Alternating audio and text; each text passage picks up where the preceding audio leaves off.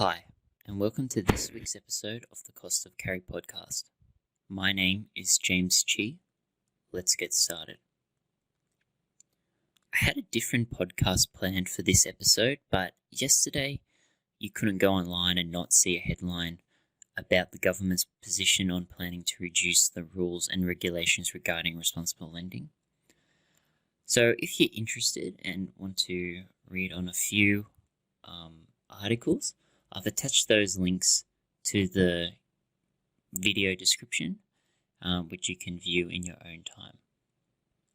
So where do we start on this podcast? Let's start with what the overall position and purpose of responsible lending is, which, according to the ABA, requires banks, and by extension brokers, when lending to assess that a loan is not unsuitable based on whether a customer can repay without substantial hardship and meets a customer's requirements and objectives.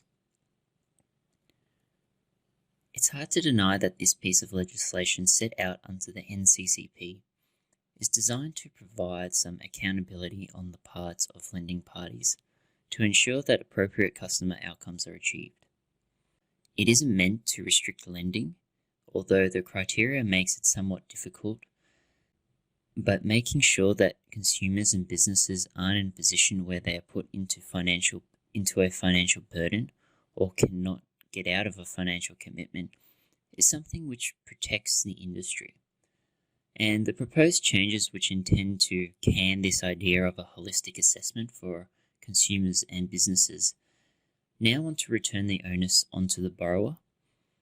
Part of these measures are already covered through guarantees and independent legal advice documents, but for borrowers who deal direct with the banks, they may not be afforded these same protections as if they were dealing with a broker. And the reason why I say this is because I think there are some aggregators, brokerage firms, and brokers themselves that will maintain this added level of due diligence and ethics in order to maintain their reputation standards, compliance requirements when participating in the market. And look, maybe it is reflected through industry body memberships, insurance premiums, types of clientele that you deal with, or perhaps a review by your aggregator. So shifting the model from a quote-unquote lender back to borrower responsibility model is definitely interesting, because ultimately we have to think, would this happen if COVID hadn't happened? What has been made evident over the past 6 months is that potential borrowers who have been affected by COVID have had difficulty in accessing some of the funding grants and schemes that were advertised as part of reducing the financial impact or reduced trading conditions, which were mainly available through banks, non-banks, and other lending institutions. Does the government believe that this will continue for the foreseeable future and want the banks and lending institutions to become or start bearing the brunt of stimulating economic activity through reduced lending criteria, as evidenced by the government closing programs like JobKeeper, JobSeeker, and the SME Guarantee? Do they think that now it's time for those institutions to start accommodating to the situation rather than letting the government simply fund everyone out? Or perhaps to also take another perspective is that maybe the banks need to start rebuilding their books and need new rules to make the process easier to invite new customers into their banks. And from what I've seen and heard, is that some borrowers that had a track record with the bank or had previously good businesses and just had a timing issue when trying to do the lending, the difference between appetite and policy is what really affected them and prevented the deal from going through. Of course, there are some solutions out there, but then again, current conditions dictate that it must be in the borrower's best interest and should be responsible And so that's where a lot of opportunity is missed out on. Is this the right thing to do? Well, the response by the market is no so far. Borrowers aren't naive and realize that being sold into credit that doesn't make sense isn't going to end well for them.